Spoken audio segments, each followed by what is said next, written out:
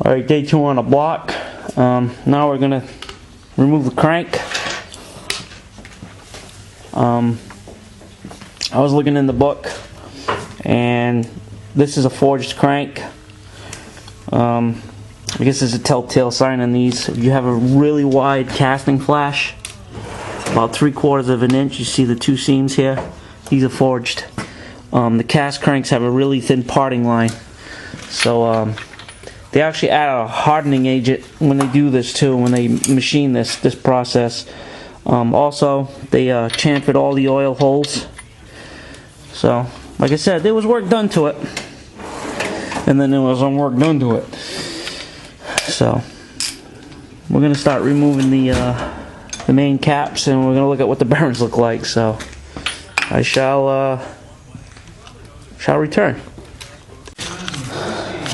Alright, they're all loosened up. When you remove these, sometimes if you're doing like a fresh tear down, you got a little indicating arrow pointing to the front of the motor. When you put these back, make sure those arrows go back. And these have already been labeled. Number 1 cap. Where are we? Number 2. This one's very faint, but it's there. It's number 3. That's number 4, and obviously that's the rear cap here, which is completely different from the other 2.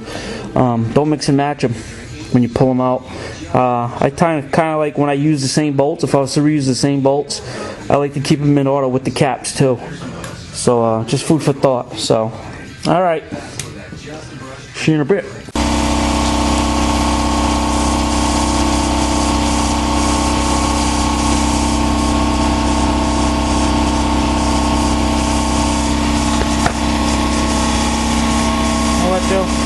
Please.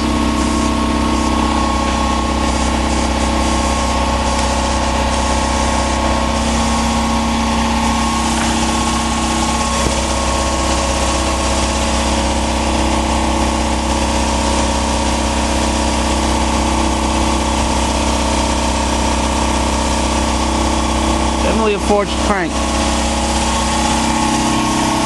Alright. It's a great book, man. Great book.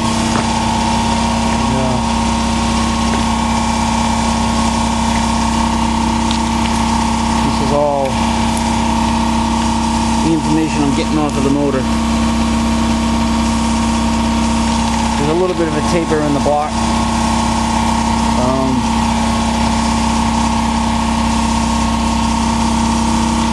These are the rod journals, 30 overcut. The factory specs 2199. 2168 plus the 30 becomes 2198, so that cut is good, so that's cool. And I got a couple more stickers. If anybody wants them, let me know. I have to print out a couple more. They're not the greatest, but that is what it is, so let me know if anybody wants a sticker. Since there is no more personal messages and PMs, I don't know how that works out, so alright. So, get everything together, and cool. Alright, we're checking the main journals on the crank, see if they're out of round, and he's got his dial indicator set up, and he'll spin the crank, and it's like pretty much dead nut. Yeah, it's pretty much not moving.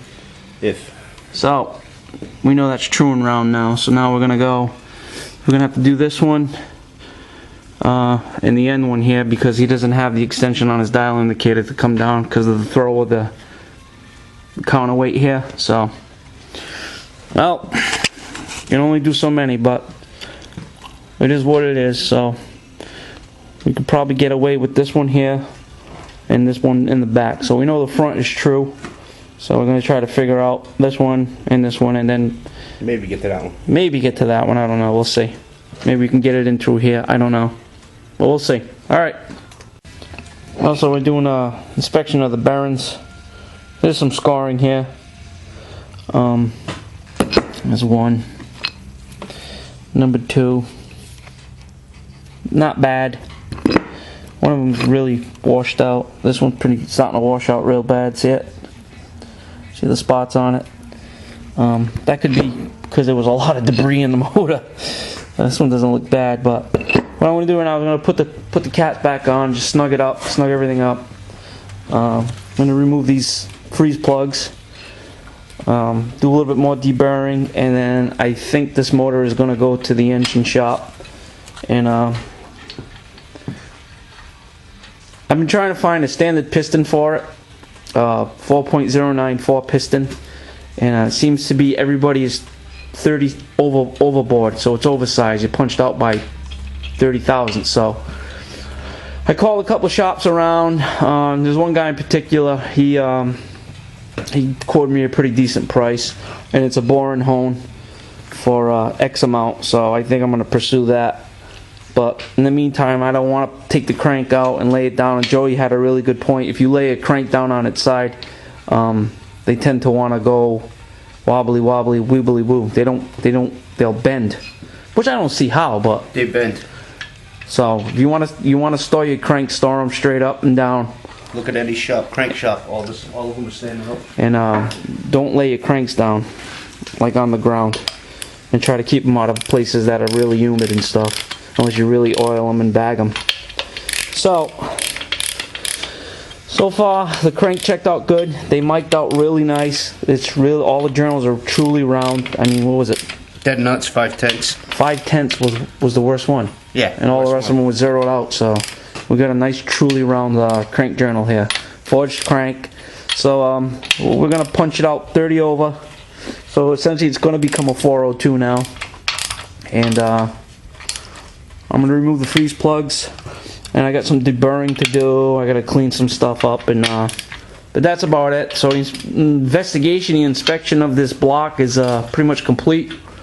We deemed it and established it a good block, and thank God, because right at the beginning I really thought I was gonna be taking over the barrel. I bought the engine on Craigslist. It was kind of like a shady deal to admit the kid in a parking lot. And I usually don't do that, but I was hot up for a 396 for the Camaro. So next video I guess we're gonna do is after it comes back from the engine shop. I'm still in the hunt for some pistons and rods, and you know this stuff can get expensive. So money doesn't grow on trees, and if it did, I would be under that tree all day. So this is Mark from the chicken farm. What's up, Joe? And we'll be seeing you, right? Take care, fellas. Peace.